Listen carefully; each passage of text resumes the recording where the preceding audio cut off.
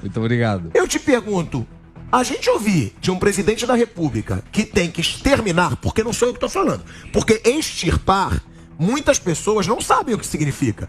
E a gente fez questão de mostrar. Eu vou mostrar a sonora, a declaração, para não falarem que a gente está criando alguma coisa.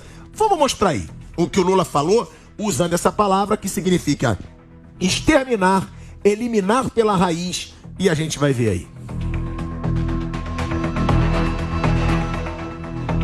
Nós precisamos punir severamente pessoas que ainda transmitem ódio, como o cidadão que agrediu o ministro Alexandre Moraes no aeroporto de Roma.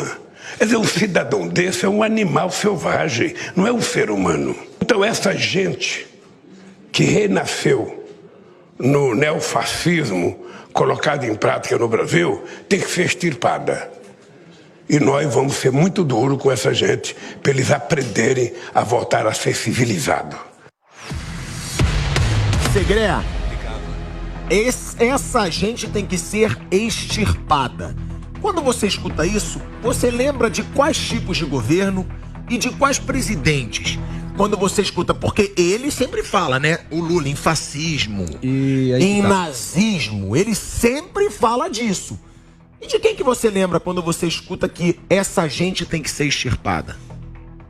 Sem dar nomes, vou te dizer que tipo de governo. Para a gente não entrar no mérito de colocar nomes específicos, são governos autoritários. E muito mais perigoso quando ainda não fica claro o que aconteceu. Mesmo que seja uma agressão, a justiça deverá tomar a sua parte. E, fundamentalmente, é o governo que foi vendido como o governo do amor, de fechar essa brecha entre uns e os outros. E não é dessa forma. E aí tem outra questão que dá a suposição que Palácio Itamaraty, todos os diplomáticos que acompanham o presidente, sobretudo Celso Amorim, é quem deve estar preocupado. Porque quando o governo improvisa, quando o presidente Lula fala o que sai, sempre termina errado.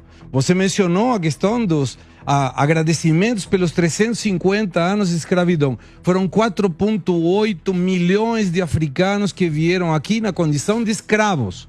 Não dá para agradecer isso.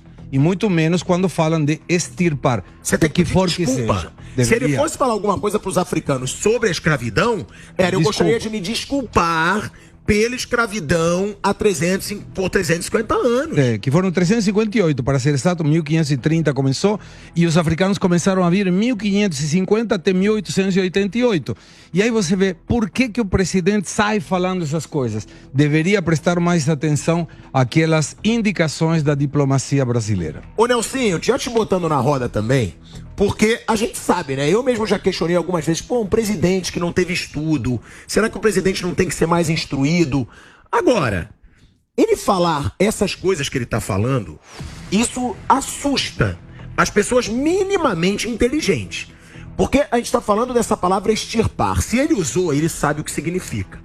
E aí, eu te pergunto, quando ele diz, essa gente tem que ser extirpada, exterminada, eliminada pela raiz, ele prega uma violência, ele pode ter sido subconsciente, aí diz o que quiser. Ah, não foi isso que eu quis dizer, mas disse isso. Porque é o que eu falo. Eu não vi na mídia tanta indignação com essa observação, né, com essa declaração do presidente da República. E pode ser perigoso. Parece que ele tá perdendo os limites, que ele pode falar o que ele quiser, que ninguém vai reagir, vai falar alguma coisa contrária. Sabe o que eu vejo nisso? Primeiro, boa tarde, Pilhado, Segré, Coronel Telhada, Mano, Diego, toda a audiência. Sabe o que eu vejo nisso? Primeiro, já uma grande diferença, Thiago, dos governos primeiros do presidente Lula 1 e 2, desse governo. O Lula 3, o Lula que está no governo atualmente, é um Lula muito mais rancoroso, um Lula um pouco ressentido. Não sei se pelo período que ficou ausente, pelo que aconteceu com ele nesse período todo, mas ele é alguém muito mais apegado a esse rancor. E isso está nítido no próprio discurso dele. No discurso que, não só nesses que você destacou aqui, mas em muitos outros desde o começo do governo. O presidente Lula, que sempre foi conhecido por alguém ser pela sua habilidade na oratória, na retórica, no discurso, né? Com esses discursos apaixonados que ele, né, acalorava multidões na época do sindicato. Nesse governo ele não tem essa habilidade tão grande. Ele vai deslizando o tempo todo, tanto que nessa semana, não sei se você soube, há inclusive uma possibilidade de uma das assessoras da Janja se transferir para o setor de comunicação do presidente para começar a escrever os discursos dele. Isso já revela duas coisas, para começar. Primeiro, que a Janja tem assessoria. Segundo, que há uma certa confissão, que se é preciso mudar o discurso, significa que o discurso não está alinhado, não está bom. E não é a primeira vez. Ele já falou do problema de parafuso, das pessoas com problemas intelectuais, com deficiência, pessoas com deficiência. Ele já falou agora, recentemente, a respeito de alguém ligar para ele de madrugada para informá-lo da morte de um companheiro. Por que alguém vai acordar para falar que alguém morreu? Ironizou autoridades públicas com relação às ameaças de morte a autoridades públicas. Exato, falando sobre armação. Ironizou o peso do Flávio Dino. Exato, falou sobre o peso do Flávio Dino, uma gordofobia, discursos bem infelizes. Falou em revanche, falou em vingança. Discursos infelizes em relação à guerra, em relação à Venezuela, muitos outros. Então, assim, todos os meses o presidente Lula está cometendo esses deslizes nos seus discursos. Então, assim, eu acredito que, de fato, se vai para ter alguém escrever um discurso, que ele se apegue a esse discurso lido, para não passar vergonha. Mas, por outro lado, eu acho bom que ele fale de improviso, porque o improviso revela o que a pessoa sente de verdade. Então é importante também que o público, que o cidadão brasileiro tenha acesso ao que pensa a pessoa, que às vezes escapa em um discurso infeliz como esse.